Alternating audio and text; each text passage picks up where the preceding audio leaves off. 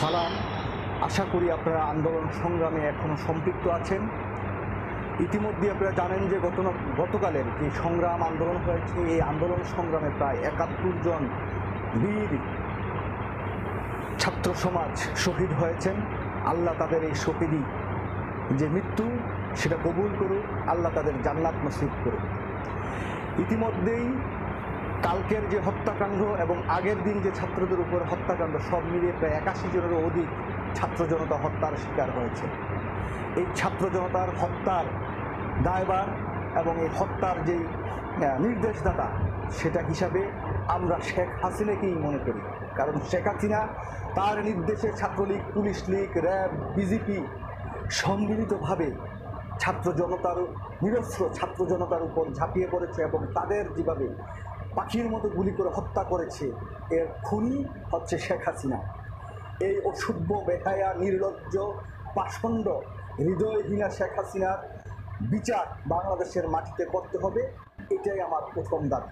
দ্বিতীয় দাবিটা যেটা বলতে চাই সেটা হচ্ছে, ইতিমধ্যে আপনারা জানেন যে শেখ হাসিনা আবার নাটক শুরু করেছে এবং ছাত্রদের এই যে আন্দোলন সেটাকে নিবৃত করার জন্য, এই যে শহীদ ভাইদের রক্ত দাগ বাংলাদেশ থেকে মুছে দেওয়ার জন্য এই যে কোটা যে সংস্কার সেটা করার তারা দ্রুত উদ্যোগ গ্রহণ করেছে। আমি এই জায়গায় সুস্পষ্টভাবে বলতে চাই, যারা ছাত্ররা আন্দোলন করেছেন তাদেরকে আমি অন্তত মেসেজ দিতে চাই, এই মুহূর্তে বাংলাদেশে যদি ছাত্র কোটা শেখ হাসিনা মেনে নয় তাহলে আমরা সেটা গ্রহণ করব না।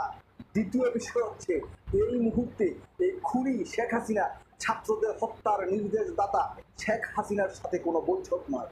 মানে আমরা যেটা বলতে চাই সেটা হচ্ছে, হাসিনার পদত্যাগ ব্যতীত কোনো সংলাপ হবে না বাংলাদেশে। হাসিনা যখন পদত্যাগ করবে, সংলাপ হবে অন্তর্বর্তীকালীন সরকারের সাথে। এটাই সুস্পষ্ট।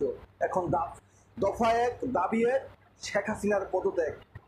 তার সাথে সাথে আমি বলে দিতে চাই, এই শেখ হাসিনাকে বাংলাদেশ থেকে পালিয়ে যাওয়ার যাতে ব্যবস্থা না করেন কোনো পুলিশ প্রশাসন, কোনো জায়গা থেকে তিনি যাতে বাংলাদেশ থেকে পালিয়ে যেতে না পারেন, সেই ব্যবস্থাটা ছাত্র জনতাকে করতে হবে।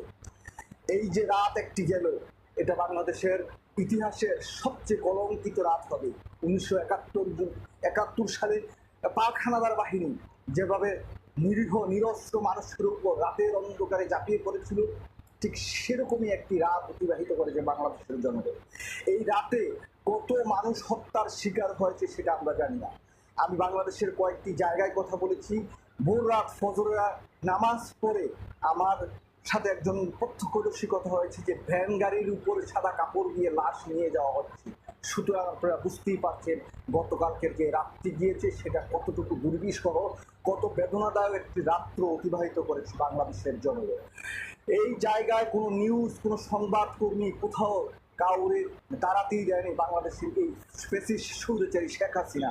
সুতরাং সে মনে করেছে হয়তোবা রাতের অন্ধকারে হেফাজত ইসলামের যে নিরীহ ছাত্রদেরকে নির্বিচারে যে কিলিং অপারেশন করেছিল বেনজিরের নেতৃত্বে শেখ হাসিনার হুকুমে এবং শেখ হাসিনার সার্বিক তত্ত্বাবধানে, এরকম আরেকটি কিলিং অপারেশন করে বাংলাদেশের ছাত্র জনতাকে তাদের যে ভয়েস সেটাকে বন্ধ করে দিতে পারবে। কিন্তু আমি মনে করি না, কারণ বাংলাদেশের ইতিহাসের এই ৫৩ বছর জন্মলগ্ন থেকে শুরু করে আজকে পর্যন্ত বাংলাদেশের ইতিহাস যেভাবে গড়িয়েছে, গতকালকে বাংলাদেশের জনগণ যে নতুন ইতিহাস সৃষ্টি করেছে বাংলাদেশের আন্দোলন সংগ্রামে, সেই জায়গা থেকে এই শেখ হাসিনার আর কোনো নিস্তার নাই, কোনো আর উদ্ধার নাই। কারণ বাংলাদেশের জনগণ আন্দোলন করতে শিখে গেছে কিভাবে আবার সেই কাঠের লাঠি হাতে নিয়ে পাকিস্তানি হানাদার বাহিনীর বিপক্ষে যেমন নিরস্ত্র বাঙালি যুদ্ধ করেছে, ঠিক তেমনইভাবে গতকাল বাংলাদেশের মানুষ আবার দেখেছে শুধুমাত্র ইট সুরকি দিয়ে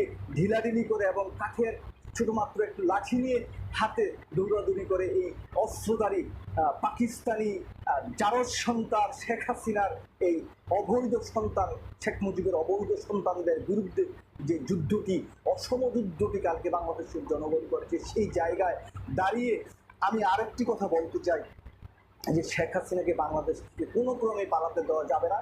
সে বাংলাদেশে থাকবে, যে পদত্যাগ করতে হবে তাকে পদত্যাগে বাধ্য করতে হবে।